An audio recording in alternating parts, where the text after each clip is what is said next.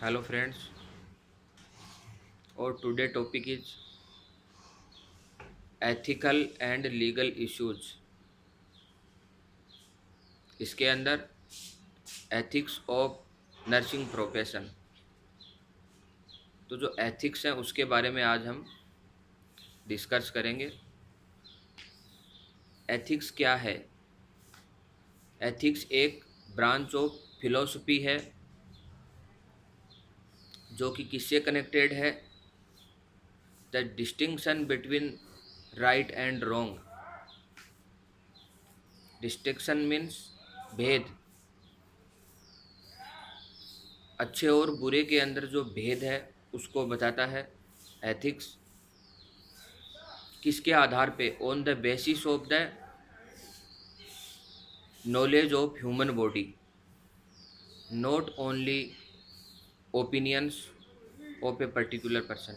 न केवल ओपिनियन के आधार पे बल्कि ह्यूमन बॉडी का जो नॉलेज होता है कम्प्लीटली, उसके आधार पे सही और गलत के अंदर है वो डिस्टिंक्शन को बताता है। तो ये इसका डिस्क्रिप्शन था एथिक्स का। अब इसका जो सेकंड पॉइंट है वो आता है मोरलिटी। तो एक जो नर्सिंग ऑफिसर होता है उसको मोरलिटी भी फॉलो करनी चाहिए, उसको मोरल होना चाहिए नर्सिंग प्रोफेशन के अंदर। तो मोरलिटी को हम कैसे जानेंगे, कैसे पता लगेगा कि ये मोरलिटी का फॉलो कर रहा है? तो मोरलिटी के अंदर आता है कि जो नर्सिंग ऑफिसर का बिहेवियर होता है, यदि वो कस्टम्स और ट्रेडिशन के अनुसार है, यदि वो रिवाज और परंपरा के अनुसार है, तो वो यूजुअली क्या रिफ्लेक्ट करता है? उसका पर्सनल और रिलीजियस बिलीफ को रिफ्लेक्ट करता है। उसका जो निजी और धार्मिक जो विश्वास होता है उसको दर्शाता है। और उसी के आधार पे हम वो एक इंडिकेट करता है, वो चीज़ है वो इंडिकेट करती है कि ये मोरलिटी का फॉलो करता है। नाउ नेक्स्ट पॉइंट इसी के अंदर एथिक्स के अंदर जो थर्ड पॉइंट है वो है एथिकल प्रिंसिपल्स। तो एथिक्स के कुछ सिद्धांत हैं, प्रिंसिपल्स हैं, जिसके अंदर यदि मैं पहला सिद्धांत की बात करूं, पहला प्रिंसिपल है ऑटोनॉमी। ऑटोनॉमी मीन्स होता है कि हर एक पेशेंट को राइट होता है सेल्फ डिटर्मिनेशन का, खुद के द्वारा निर्णय करने का हर एक पेशेंट को राइट होता है। और एक नर्सिंग ऑफिसर को उनके राइट्स की रेस्पेक्ट करना होता है। तो वो पेशेंट के लिए क्या हो गया? ऑटोनॉमी हो गया। जो सेकंड प्रिंसिपल है वो है नॉन माल एफिशिएंस। नॉन माल एफिशिएंस मीन्स होता है कि नो हार्म्स टू अदर। जब एक नर्सिंग ऑफिसर पेशेंट की केयर कर रहा है तो नर्सिंग ऑफिसर की वजह से उसको किसी प्रकार का हार्म नहीं होना चाहिए पेशेंट को। तो that is a non maleficence. Now next third principle is the beneficence. तो बेनिफिशेंस मीन्स होता है कि एक नर्सिंग ऑफिसर की ड्यूटी होती है कि वो पेशेंट के साथ में हमेशा अच्छा करे, और बेनिफिट्स एंड हार्म्स के बीच में जो बैलेंस होता है उसको मेंटेन करते हुए वो केयर करें। और नर्सिंग ऑफिसर अपनी तरफ से हमेशा the duty to do good to others.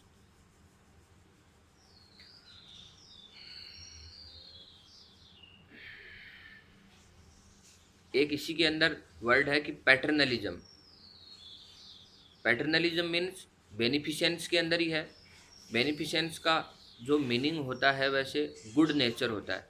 तो एक नर्सिंग ऑफिसर के गुड नेचर की वजह से कई बार क्या होता है कि पेशेंट को अनडिजायरेबल आउटकम देखने को मिलते हैं, या हम कह सकते हैं कि अनवेलकम, जो फेवरेबल नहीं है पेशेंट के लिए, इस तरीके के आउटकम देखने को मिलते हैं, तो उस कंडीशन में हेल्थ केयर प्रोवाइडर होता है वो पेशेंट को उसकी चॉइस के अगेंस्ट एक्ट करने के लिए है वो एनकवरेज करता है, और पेशेंट की जो एक्ट होती है वो according to health care provider ही करनी होती है, जिसमें पेशेंट की खुद की चॉइस है वो नहीं चलने वाली है। नाउ जो फोर्थ प्रिंसिपल है वो है जस्टिस। जस्टिस मीन्स न्याय। तो equal distribution of the care and जो पोटेंशियल बेनिफिट्स, यदि हम पेशेंट को यदि केयर इक्वली कर रहे हैं हर पेशेंट की, तो उससे आने वाले जो पोटेंशियल बेनिफिट्स हैं वो भी इक्वल होंगे।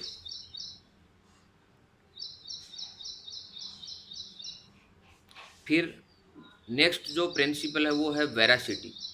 तो हमें जो भी पेशेंट को, वेरासिटी मीन्स होता है सच्चाई, तो जो भी पेशेंट को हम इंफॉर्मेशन देने वाले हैं वो ट्रूथ होनी चाहिए। ट्रूथ इंफॉर्मेशन पेशेंट को हमें देनी है। नेक्स्ट प्रिंसिपल है फिडेलिटी। फिडेलिटी मीन्स जो भी पेशेंट के साथ में अपन कमिटमेंट करते हैं, प्रोमिस करते हैं, उसके लिए हमें फेथफुल रहना है। जो कमिटमेंट पेशेंट को किया है उसके लिए हमें फेथफुल रहना है, उसको पूरा करना है। नेक्स्ट जो प्रिंसिपल है वो है वैल्यू। वैल्यू मीन्स होता है मूल्य, जो कि एक नर्सिंग ऑफिसर का भी होता है, डॉक्टर का भी होता है, एक कॉमन पर्सन का भी होता है, किसी का भी, सबका अपना अपना वैल्यू होता है। तो नर्सिंग ऑफिसर, अब वैल्यू को कैसे हम पता करेंगे? तो वैल्यू का बिलीफ एंड एटीट्यूड, दो चीज़ है इसके अंदर। एक तो होता है बिलीफ और एटीट्यूड।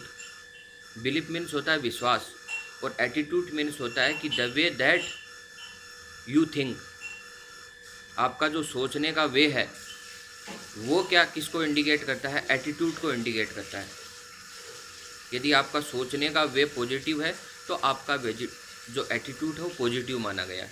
यदि हमारा सोचने का वे नेगेटिव है तो हमारा एटीट्यूड भी नेगेटिव देखने को मिलेगा। तो जो बिलीफ और एटीट्यूड है, ये दोनों चीज़ डायरेक्टली किसको इन्फ्लुएंस करते हैं? उसी पर्सन के बिहेवियर और प्रोसेस ऑफ डिसीजन मेकिंग। उसका जो व्यवहार है और उसका जो डिसीजन मेकिंग की जो प्रोसेस है, उसको दोनों को इन्फ्लुएंस करते हैं। यदि हमारा बिहेवियर और एटीट्यूड अच्छा है तो हमारा बिलीफ और एटीट्यूड अच्छा है तो हमारा बिहेवियर और डिसीजन मेकिंग का जो प्रोसेस है वो भी अच्छा ही देखने को मिलेगा। और बिहेवियर को हम इंडिकेट करेंगे कि the way that you act, आप किसी के साथ में क्या एक्ट करने का एक जो वे होता है वो ही बिहेवियर है। तो बिलीफ एंड एटीट्यूड दोनों किसको इन्फ्लुएंस करते हैं? Directly behaviour and the process of the decision making. यदि बिलीफ एंड एटीट्यूड, फिर से बता रहा हूँ, बिलीफ एंड एटीट्यूड पॉजिटिव है तो उसी पर्सन का बिहेवियर और डिसीजन मेकिंग का जो प्रोसेस है वो भी पॉजिटिव ही देखने को मिलेगा। तो ये चीज़ हम किस पे अप्लाई करेंगे? नर्सिंग ऑफिसर में। नाउ नेक्स्ट जो एथिक्स का जो नेक्स्ट पॉइंट है वो है वैल्यू क्लेरिफिकेशन। जो भी वैल्यू है, यदि किसी भी पर्सन के द्वारा, यहाँ बात करेंगे नर्सिंग ऑफिसर की, यदि नर्सिंग ऑफिसर अपनी खुद की वैल्यू को अच्छी तरीके से समझे, अंडरस्टैंडिंग करे और उसके बाद में उसका एनालाइजिंग करे, तो वो होता है वैल्यू क्लेरिफिकेशन। खुद की वैल्यू को अंडरस्टैंडिंग करना कि मेरी वैल्यू पॉजिटिव है या नेगेटिव है, और पॉजिटिव है तो कितनी पॉजिटिव है, और उसके बाद में उसका एनालाइजिंग करना, प्रोसेस ऑफ एनालाइजिंग। तो ये क्या है? वैल्यू क्लेरिफिकेशन है, क्लेरिफाई करना वैल्यू को। नाउ जो नेक्स्ट एथिक है वो है एथिकल कोड्स। कोड्स मीन्स होता है कि एक रूल्स का कलेक्शन, एक नियमों का कलेक्शन। रूल्स का कलेक्शन जो कि क्या डिटरमाइन करता है, determining and evaluating the client care. जो रूल्स का कलेक्शन होता है वो पेशेंट की केयर को डिटरमाइन करता है, निर्धारित करता है, और इवाल्युएटिंग करता है, उसका मूल्यांकन करता है। तो ये क्या है, एथिकल कोड्स है। नाउ नेक्स्ट जो एथिक्स है वो है एथिकल डिलीमा। तो ये एथिकल डिलीमा क्या होती है? एथिकल डिलीमा का मीन होता है हिंदी दुविधा।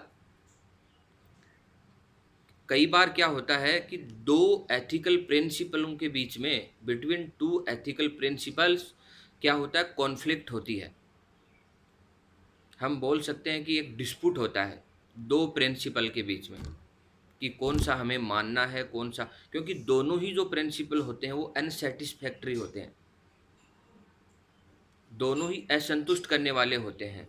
लेकिन फिर भी नर्सिंग ऑफिसर्स को उन दोनों में से, दोनों अल्टरनेटिव, दोनों विकल्पों में से एक को चूज करना होता है और वो इम्प्लीमेंट करना होता है। That is depend on the nursing officer. तो ये क्या है, nursing dilemma, sorry ethical dilemma. एक होता है फिर नेक्स्ट जो पॉइंट है एथिक्स का वो है एडवोकेट। तो कोई भी नर्सिंग ऑफिसर होता है उसको पेशेंट के बिहाफ में बोलने का, पेशेंट का जो व्यू पॉइंट है, पेशेंट का जो दृष्टिकोण है, वो किसी अदर्स के सामने रखने का पूरा पूरा राइट होता है, वो रख सकता है। पेशेंट का जो व्यू पॉइंट है वो किसी दूसरे के सामने वो रख सकता है। और वो क्या करता है कि पेशेंट का जो राइट्स होता है, पेशेंट के जो राइट्स होता है उसकी भी एक नर्सिंग ऑफिसर होता है वो प्रोटेक्शन करता है, उसको भी प्रोटेक्ट करता है। और उसकी जो प्रिंसिपल ऑफ फिडेलिटी है, जो उसकी फिडेलिटी का जो प्रिंसिपल है, जो सत्य के प्रति जो निष्ठा का सिद्धांत है, उसको भी अपहोल्ड करके रखता है, कायम रखता है एक nursing professor as a advocate. इसीलिए नर्सिंग ऑफिसर को एक पेशेंट का एडवोकेट बोलते हैं, या एज ए एडवोकेट रोल है वो प्ले करता है पेशेंट के बिहाफ में। नाउ नेक्स्ट है एथिक्स कमेटी। कमेटी होती है कुछ लोगों की, जिसके अंदर क्या होता है कि जो वो क्या करती है कि पॉलिसीज़ होती हैं उनको डेवलप करता है, जो नीतियाँ होती है नर्सिंग प्रोफेशन की उसको डेवलप करता है और एस्टैब्लिश करता है। वो कमेटी उसको डेवलप करती है और एस्टैब्लिश करती है